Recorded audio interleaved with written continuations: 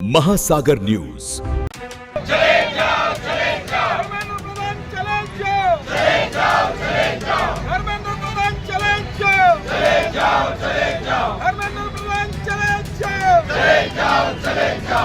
मंत्री धर्मेंद्र प्रधान राजीनामा द्या।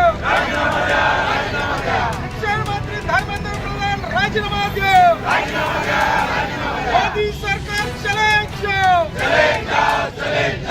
विभाग आहे आणि मी एक स्टुडंट आहे। आता सध्या जे काय सिच्युएशन चालू आहे, आम्ही वर्षभर अभ्यास केला नीटसाठी वगैरे, तर ॲट लास्ट पेपर लीक झाले आणि जे काही मुलं सध्या ज्या मुलांनी सुसाईड वगैरे केलं हे खूप चुकीचं आहे। सो आम्ही इथे सांगलीमध्ये शांतीपूर्वक आंदोलनासाठी जमा झालो आहे आणि आम्ही सोनम वांगचूक सरांना इथून सपोर्ट करतो। आज दिल्लीमध्ये आंदोलन चालू आहे, आंदोलनाच्या ठिकाणी लाठीचार्ज झाला, आंदोलन मोडण्याचा प्रयत्न केला, त्याबद्दल काय वाटतं? आंदोलन मोडणे खूप चुकीचं आहे, कारण शेवटी आम्ही शांततेतच करत होतो जे करत होतो ते।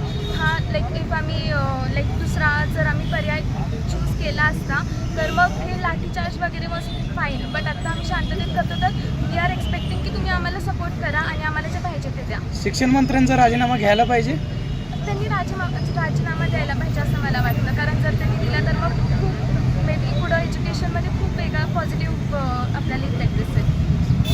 बस आज पुतळ्यानजीक शांततेचे आंदोलन आमचं चालू आहे आणि ह्या आंदोलनाच्या अनुषंगानं आमच्या 2 मागण्या आहेत प्रामुख्याने। तर नीट पेपर फुटी प्रकरणी नैतिक जबाबदारी घेऊन धर्मेंद्र प्रधान यांनी राजीनामा द्यावा आणि दुसरी मागणी अशी आहे की ह्या निगरगट्ट सरकारने अर्थात मोदी सरकारनेही राजीनामा द्यावा, अशा आमच्या 2 मागण्या आहेत। आणि जे दिल्लीला आंदोलन चालू आहे जंतर मंतरवर, तर ते माननीय सोनम वांगचूक सर आणि दिपके तर यांना पाठिंबा देण्यासाठी सुद्धा आम्ही इथं जमा झालेलो आहोत। नीटच्या परीक्षेमध्ये मोठा गोंधळ झाला। अनेक विद्यार्थ्यांना आत्महत्या करावी लागली, पेपर फुटले।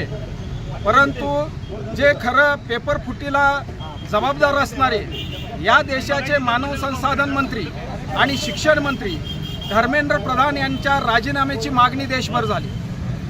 दिल्लीमध्ये अनेक विद्यार्थी उपोषणाला बसले, खास करून या देशामधले पर्यावरणवादी नेते सोनम वांगचूक हे सुद्धा उपोषणाला बसले। परंतु 20 दिवस होऊन गेले तरी सुद्धा त्यांच्या उपोषणाकडं केंद्र सरकारनं अजिबात लक्ष दिलं नाही, दुर्लक्ष केलं आणि दुर्लक्षित करून हे आंदोलन मोडण्याचा प्रयत्न केला। 20व्या दिवशी त्यांना जबरदस्तीनं दवाखान्यात भरती करण्यात आलं, परंतु त्यांनी त्या ठिकाणी सुद्धा उपोषण चालू ठेवलेलं आहे। आज दिल्लीमध्ये मोर्चा होतोय, लाखो विद्यार्थी या मोर्चात सहभागी झालेले आहेत, अनेक सामान्य विद्यार्थी सहभागी झालेले आहेत, परंतु तरी सुद्धा हे केंद्र सरकार धर्मेंद्र प्रधानचा राजीनामा घ्यायला तयार नाही। त्यामुळं आज तिथल्या विद्यार्थ्यांनी मागणी बदललेली आहे आणि मोदी सरकारनंच राजीनामा दिला पाहिजे अशा प्रकारची मागणी पुढे आणलेली आहे।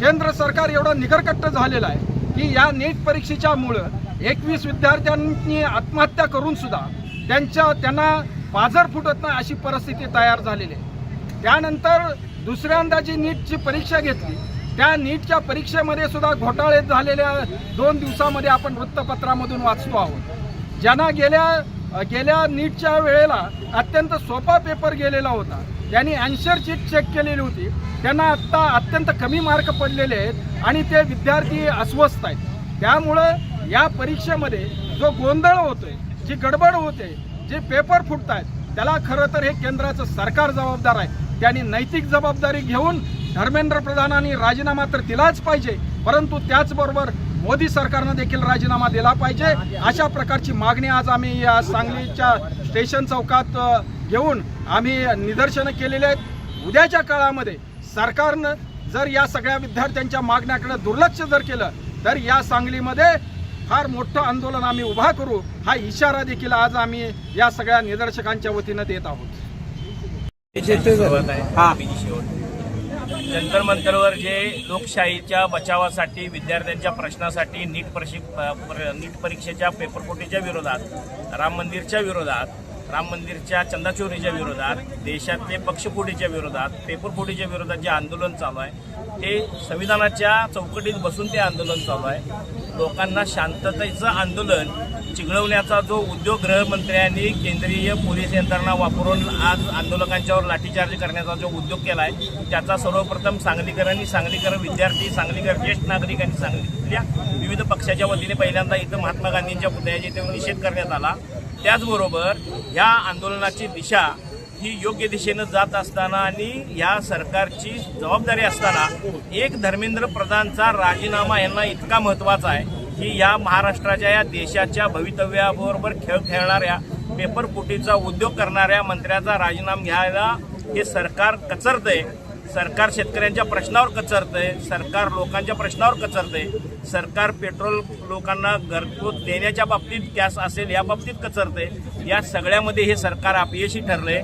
हे एप्स्टीन फाईलचं निर्मित असलेलं सरकार हे लोकांनी आता डोक्यात घेतलेलं हे घालवायचं आहे। मात्र या प्रश्नावर लोकांच्यात जे आंदोलन चालू आहे, जी लोकांच्यात नाराजी उमटते ती दडपून टाकायचा उद्योग या केंद्र सरकारनं चालू केला आहे। त्याच्या निषेधार्थ हे आंदोलन आहे। या आंदोलनाची दखल घेऊन, या आंदोलनाच्या दाहकता लक्षात घेऊन, या विद्यार्थ्यांच्या प्रश्नाची दाहकता लक्षात घेऊन, ज्या विद्यार्थ्यांचे जीव गेलेले आहेत, ज्या विद्यार्थ्यांची मानसिकता बिघडलेली आहे, त्या विद्यार्थ्यांचे पालक आज जंतर-मंतरवर आंदोलनाला आहे। वेगवेगळ्या गावात, वेगवेगळ्या जिल्ह्यात, वेगवेगळ्या राज्यात हे लोक आंदोलन करतायत।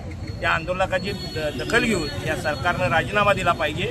हे सरकार पडलंच पाहिजे या प्रश्नावर। इतकं मोठी ही घटना आहे, मात्र ही गांभीर्यानं न घेता या सरकारला पाठीशी घालायचा उद्योग पंतप्रधानांनी केलेला आहे। त्यांनी स्वतःचं सरकार वाचवण्यापेक्षा देश वाचवण्याकडे भर दिला पाहिजे। यासाठीचं या आंदोलन आहे। हे जर नीट परीक्षेच्या बाबतीतला असेल किंवा अन्य प्रश्नांच्या बाबतीतले जर योग्य निर्णय सरकारने घेतले नाहीत तर जनता याही मोठ्या प्रमाणात रस्त्यावर उतरून या सरकारला खाली घेतल्याशिवाय राहणार नाही।